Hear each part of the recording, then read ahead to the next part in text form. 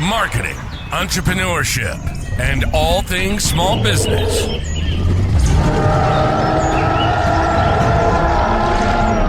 You're listening to the Jurassic Marketing's Triceratops. Now, here's your host, Justin Miller. All right, we're back, and Kevin, this is a somewhat local guest. It is very close to us. It's the closest we've had so far. Like not close enough that he was going to drive in here and visit our dinosaurs today. We'd probably drive when we're heading to Hawkeye basketball. We're probably driving close. I was going to say we probably are past the clinic all the time. But our guest today is Jeremiah Moody with QC Kinetics. They are in Coralville, Iowa. Close to Iowa City, but not Iowa City. Got the mall in Coralville. That's true. That's what they got. And everyone that's not local that's listening, which is pretty much like what? All the listeners is like, yeah, that's a detour. No, we're gonna talk kind of two tracks here. We're gonna talk about the care that or services that QC Kinetics provides. We're also gonna talk from a business angle, and this will be interesting because to the outside world, the medical profession is not a business. No, it's like, yeah, I think that's true. They don't ever really see the business side of it or behind the scenes. They only see the care, the need for it, maybe just how big it is. And yeah, few people see it as a business. Yeah, at its core, the patient care and outcomes are paramount, of course. Yeah. But that doesn't happen without the business operating and without patients coming in the door. And I'll let Jeremiah speak to it in a minute, but I believe probably most of the services provided here are elective out-of-pocket. So this is an area that my agency has served before, and yeah, it's an active grind to make it succeed. Mm-hmm. So Jeremiah, welcome. I got lots of questions for you. Yeah, it's awesome to be here, and I'm ready for all the questions. Fair enough. Before we dig in on tactical stuff, why don't you go through like core services QC Kinetics provides and like who you serve, so we have a frame of reference around the conversation here. Yes. So I'll start kind of big arching with, we want to be seen in most people's eyes as an alternative to surgery, pain pills, and doing nothing. And we do regenerative medicine, which is PRP, concentrated PRP, A2M, and stem cell treatments. So stem cells, that's normally where people are flying out to Mexico to get that not regulated stuff. We do a regulated version of it here in Coralville. Great. And once people like go down this road and start doing some research, they know these terms. But if they're not in pain right now, tell them what PRP and what these procedures. They probably heard of stem cells, right? Because this was a big deal in the news a while back and continues to pop up occasionally. There's been breakthroughs in it recently, but it doesn't seem to get the coverage it used to, I don't think. So yeah, dig a little deeper for us here. Yeah, bare bones is we draw your blood, we spin it up, and we put it back in the spot that hurts. So you think about your body, it naturally heals itself. Like you get a cut, you bleed, you scab up. That's platelets and plasma that are doing that healing. When we draw your blood, we filter it and spin it up so it gets concentrated. So we're injecting like a concentrated, accelerated injection of healing in the spot that hurts. So imagine if your doctor said, hey, you don't need to get a surgery yet. We want to put you through physical therapy and a cortisone. We're the healthy version of a cortisone. There's a limit on how many cortisones you can get in a year because it can actually make the joint weaker. We are getting rid of the inflammation and actually healing the joint. I like this because as I tell my doctor when I'm forced to go there, I'm just a medication averse. So if the medication is me, I like that. I'm in. Don't like the injection part, but if I'm already in pain, I can deal with it. If you get results, you'll put up with it. At the end of the day. Exactly. There's that. Let's talk from the business side of gathering patients a little bit. So this is an alternate to what I would consider traditional course of treatment, right? So traditionally, if you need care, like primary care doc recommends someone, you listen and you go. Yeah. This is not always the recommendation that primary care gives, which means as a business, the business side of the practice, now we're out of the loop. Oh, so I see where you're going. You have to be found then, because you're not getting referred as much as other medical things. Because a doctor may not want to send you there. Well, it's correct me if I'm wrong, Jeremiah, but this would not be considered the traditional treatment for this. Yep, it's considered alternative, and that is like the regular battle of, hey, this is who we are. Why don't you try us out? We don't necessarily have UIHC going, hey, why don't you go down there and get a PRP real quick before you get a surgery here? It's just not the regular path that's recommended. Which UIHC is business as well. That is, I was just going to say, and that decision under the is partly business. That isn't necessarily in the 100% best interest of the patient. It is, your surgery here is going to bring in tens of thousands of dollars. It is what it is. That's just the way it is. That is true. Okay, so we have an uphill battle we've established now, being an alternative source of care. How do people find you? Like, what's working right now? We get a lot of people from radio, TV. We've got a great guy. Give him a shout out, David Kais, from Paul Molly Advertising. We put out a couple commercials with him. Every time I go out in public, they're like, hey, I saw you on this commercial. Not as in like a celebrity, but as in people that already know me. They say, hey, I saw you on TV. I don't have people stopping me on the street going, hey, I saw you on KCRG. We're not that popular, but a lot of TV, so traditional marketing, and then we do some streaming audio, streaming TV, and then SEM stuff. Okay, so you just made Kevin's broadcast media background happy. Yeah. I worked in radio for like 30 years, and I've always known that it worked well with frequency. But even in today's world, there are whether it's radio, TV, if used correctly, correct me if I'm wrong, they still work. They work, definitely. They're not as mainstream as they used to be, but that doesn't matter. You're not looking to reach everybody, right? Yeah. So I heard online and offline media there. I heard traditional as well as digital. I'm wondering if we have a variable with age skewing. Do you think that the broadcast media is working good for you guys because the age skews higher of your ideal patient? I think that helps because that's our ideal demographic, but also people in their 20s and 30s that are in pain, it kind of just buffs. You know, when they've got a little achy joint, they're like, oh, I woke up and I tweaked my neck in my sleep and it's gone in a week. Whereas these people that are in their 50s and 60s, they've had that for 10, 20 years. Like it's stopped buffing out. And they just tend to listen to those types of media. Got it. And what's kind of the core messaging? Is it, are you hunting for an alternative, or have you tried XYZ and it's not working? What is resonating to actually get them to, pick up the phone, or actually I'll ask you what the call to action is. Yeah. What are they supposed to do? But what message is resonating right now in that format? The core key there is you want pain relief without drugs, without surgery, and without downtime.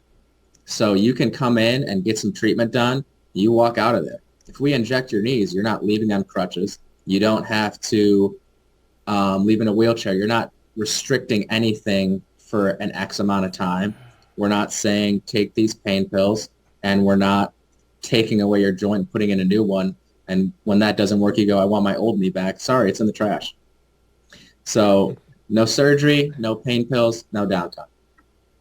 Is it the yellow bag or the red bag? Yeah, really. That's somebody else's. I'm not deep enough into that. Okay, so it sounds like they're seeking to avoid something is the primary psychological driver. Obviously, They're seeking a solution, but more so they are not happy with what's been presented as course of treatment before your primary call to action. And then is the call to action as simple as just call to set up in-clinic consultation, or what's your step after that? They just call to set up a free consultation. So we're huge on, hey, come in the door, get checked out, see if you're a candidate for this, free of charge. And it's a whole diagnostic exam that our providers put them through. They're testing strength, range of motion. They're going through a series of questions to test for contraindicators. So like, do you have cancer? Do you have any type of blood disease? Do you have certain things that would disqualify you from treatment? And we really can help a lot of people. There aren't that many contraindicators or reasons we wouldn't work with you. But what I'm hearing between the lines loud and clear is process. Nothing left to just skill and chance. So is that actually give me a scope of scale? So I haven't asked that. So QC Kinetics is a franchise or license model, right? It's a multi-location thing. Yep, it's a franchise. There's 170 clinics, Okay. started in 2017, and we're all over the country. So the QC actually started in North Carolina. So I think it's Queen City, and that's where the QC is from. So everyone thinks, hey, is it Quad Cities? Why am I seeing you in Corvo? No, Yeah, it's a locally that franchise. can I be. mean, why wouldn't you? Because who doesn't love the Quad Cities? Yeah. Let's be honest. All right, so it should be no surprise if with 170 physical locations that there's process there. But is it safe to say that the moment they walk through the door, that entire visit is pretty scripted out to the end goal of figuring out whether or not you can provide care and ultimately then signing? Yeah, for sure. And part of the structure, besides instilling value and all of that, is we're just getting them to trust us as real people, because that's the big dilemma that we can dive into. Is the reason that this business is sales and people see it as sales is because there's no insurance.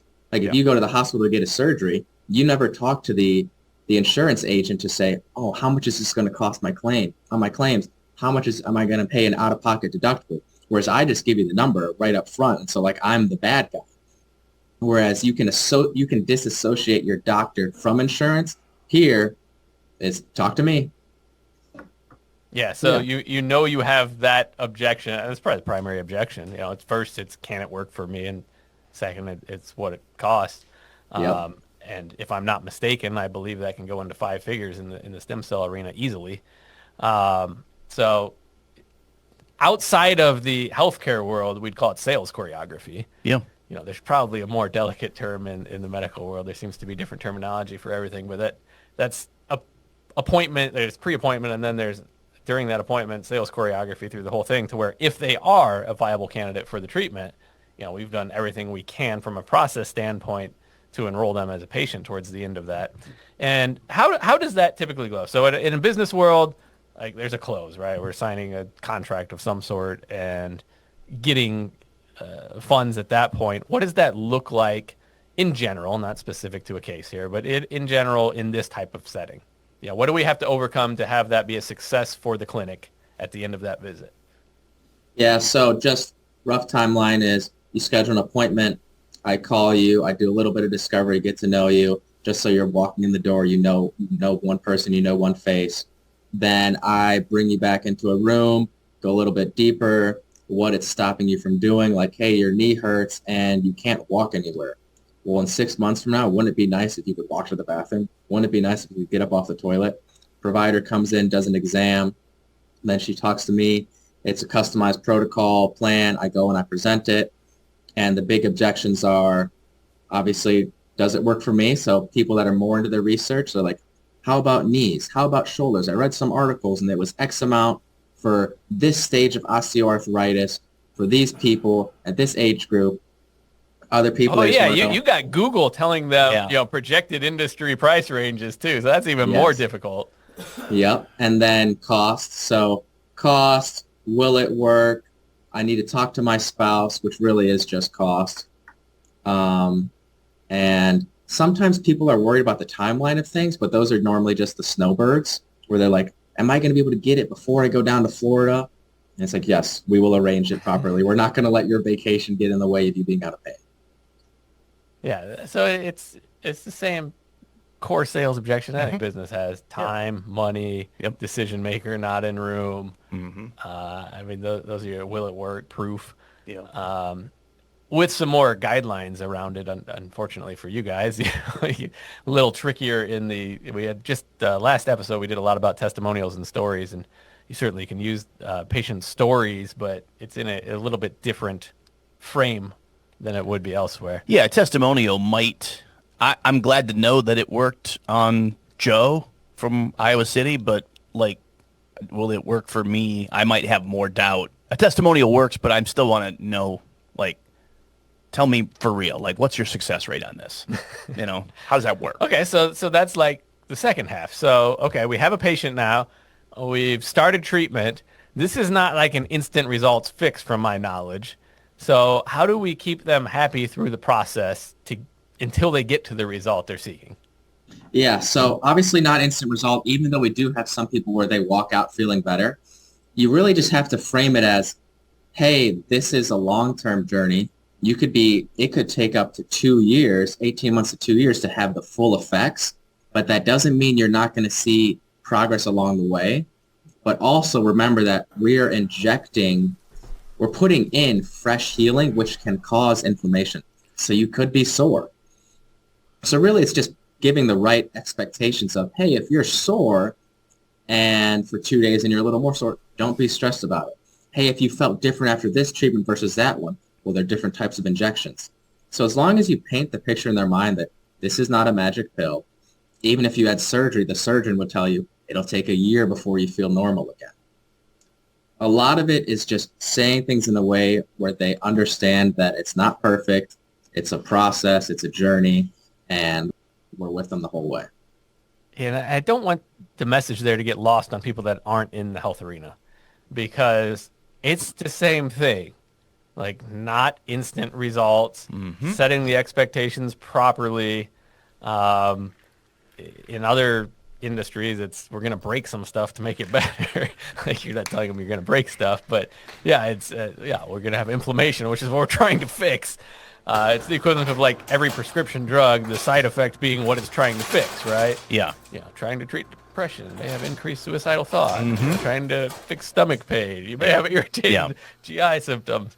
So it's acute when we think about it in a healthcare setting, but it's in every business. You have that challenge of onboarding and getting to an end result. And I'm hoping that the listeners, if nothing else, are going to pay attention to this in their providers' offices now. And not just elective procedure, but in traditional care as well, because they should be treated well there. They kind of get a buy if they're in the insurance world, right? I barely have to pay anything. So they ignore that, but they shouldn't be. They should be looking for the experience there. Okay, so treatment progresses. Hopefully they're seeing the outcomes they've liked. And now we want them to be our next, referral source. Is there anything you guys are doing on the back end after, treatment is complete or we've moved on to another phase to keep a relationship ongoing with that patient? Yeah, so we like to offer 3 months after treatment, come in and get a booster, which is our lowest dose of PRP. And really that's just, we have to offer something to get them back in the door to give a check-in, right? To get the update on what's going on. We also are partnered with, at a franchise level, a company called Data Biologics. And so that's how we can get stats on every joint per person. Here's them in a week, a month, 3 months, 6 months. But I mean, when you say that out loud, it's like, I really love those results. But how do you actually get them to do it without giving them a reward, So normally with successful people through treatment, we say, here's a referral card. So if you refer someone, you get X amount of points. We've got one guy who's referred like 6 people, so he's stocked up like 3 years worth of referral points. And so he comes in, he's had successful treatment, but he keeps it at bay. And it's not that he needs more treatment, it's that he goes out and he goes and like coaches baseball or he plays as like an umpire. So he's just more hard on his body. It's like he sees it more as an oil change, right? And he just keeps the progress rolling and stays healthy. They have gamified this. I didn't expect to hear this. We have a score system. There's points, rewards. That is great because this is a challenge, right? So you have the patient, and yes, there may be a different body part, there may be a repeat, there may be a tune-up, if you will, but for the most part, we want referrals out of them as well. They probably, if they're in the demographic, the typical demographic, they have friends that are who have issues, similar issues. Yeah. And they absolutely should be referring them in. When people, as a general rule, like to be in memberships or clubs or get points or referrals, it's good to be rewarded. Yes, you like to be rewarded, especially when you've had success, and I have no problem saying I would recommend that you go there. That's true. Yeah. I mean, the referral got to be legitimate, right? So we assume they got great results, and otherwise they don't care about the points and the rewards they get for it. I could walk after one treatment. I was in a wheelchair for 25 years. Can't cash them in elsewhere. You can't get the Chick-fil-A with these reward points. But no, that is great, and I would call that above and beyond. So what you've just experienced was a 20-minute version of what I used to map out in a complete day when I used to do like blueprint days for conditional marketing that's sold by appointment. So they have their stuff together, which means the care usually is pretty good. When you get to a provider that has their business systems down, not always, but the vast majority of the time, the core deliverable is there as well because they have a formulaic system for getting the outcome they're looking for. So I haven't been in there and been injected, and I hope to avoid it for a while, Jeremiah. When I'm in pain, I will be reaching out. But we're gonna, on the way to a Hawkeye game, I'll be like, hey, game's at tip off at 6. Open up. Right. I'll be open. I'll be over at 4. Now, you just threw me way off track. Yeah, I knew it. I was going somewhere with you it. had it. We have fun on the show, Jeremiah. But. Yeah. All right, we're gonna do a little lightning round as we wrap up here. As soon as I can find my notes with the lightning round, because Kevin got me way off track, as he does. And then we'll talk about how people can reach out if they have further questions. So, lightning round. Where the hell? Yeah, I'm gonna do it off the top of my. Go back to the other. I'm gonna go off the top of my head. Oh boy, here we go. Typically it's business one, but book, show or audio book. What are you listening to or looking at right now? I think if you keep it business related, I love all Hormozy's stuff just because if you're gonna I don't like it when you read a self-help book and it says the same thing over and over and over again versus this is step 1, this is step 2, this is step 3. And if you want to jump around, take any of the steps and actually, hey, now do all this, and it turns into like a workbook, and it turns into a tool that you pull off the shelf versus, hey, I read that book, it's on my bookshelf, and yeah, I read books, I'm smart, versus here's my hammer, here's my here's my nail gun, here's my saw. So I like his books. I think he's really good at taking like a tremendous body of knowledge and distilling it in a way that is easy to absorb, whether it's in book form or whether it's video. It really is. Yeah, because I've listened to a couple of the audiobooks in flight, and I could probably point you to the source on most of the stuff, but the fact it's all there is quite amazing. Tool that you cannot live without. So me personally, it's my garage gym. All right. And as a recent father of 2, I got 10-month-old twin girls. I think about, okay, if I had to drive to the gym and drive back and then shower there, that's an extra hour per workout. And so if you work out 5 days a week, that's an extra 5 hours where I could be doing something at the house. I could just be staring at my daughter saying, I love you, I love you, I love you. It's 5 hours that they get from me. Or, there's usually a lot of soundproofing between the garage and the house. True. So when he needs to get some of that stress out. Wait till they're about 4. See if you still say that about how adorable they are.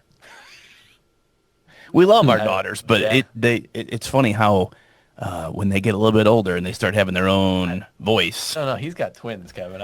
I have 2 daughters. I don't have any sons, so but mine are spaced out far enough apart that it's like I can enlist the older one to help with the younger one. No, if I enlist the older one, there's a fight. We have the dinosaur fights are probably nothing compared to the fights we have at home. All right, if people are in the service area, or there's so many freaking locations, if people are considering this treatment, what's the best way for them to explore and reach out? Yeah, if you just look up, specifically us, if you just look up QC Kinetics Coralville, you'll go to like our separate landing page under the corporate website. You can look at all the joints we treat, how we treat them, and then you can schedule an appointment with us. It's got a number to call and everything. That's the easiest place to go to. Perfect. If you're out of town, you can fly in for our marketing workshop, and while you're here, leave some extra time to start your treatment over there. There you go. What, 45-minute drive? Yeah. If that. Yeah. Kevin drives fast and crooked, but he'll get there quick. And crooked. I-80 isn't a straight road. Yeah. All right, Jeremiah, we appreciate it. I hope everyone has been able to take what he's saying and applied it to their business, regardless of industry, because that's really where the magic happens. And a lot of things that are applied in that franchise location there came out of different industries as well. I can tell. I can see the source DNA on them right now. So thanks so much. Next guest, we have, I don't even know who's up next, but we have a lot of guests here this quarter. And like, subscribe, share. We need our subscriber count to go up. We do. Can we tell who subscribes so we can reward them or bribe them? That's a great idea. We should I'll look into that because that system seems to work. All right. So for now, if you subscribe and let me know you subscribed, I'll send you a gift. We got some gifts in the fulfillment center. Thanks for listening to the Triceratops podcast. Be sure to subscribe and leave your comments. For more information on how Jurassic Marketing Direct Mail can help grow your business, visit JurassicMarketing.com.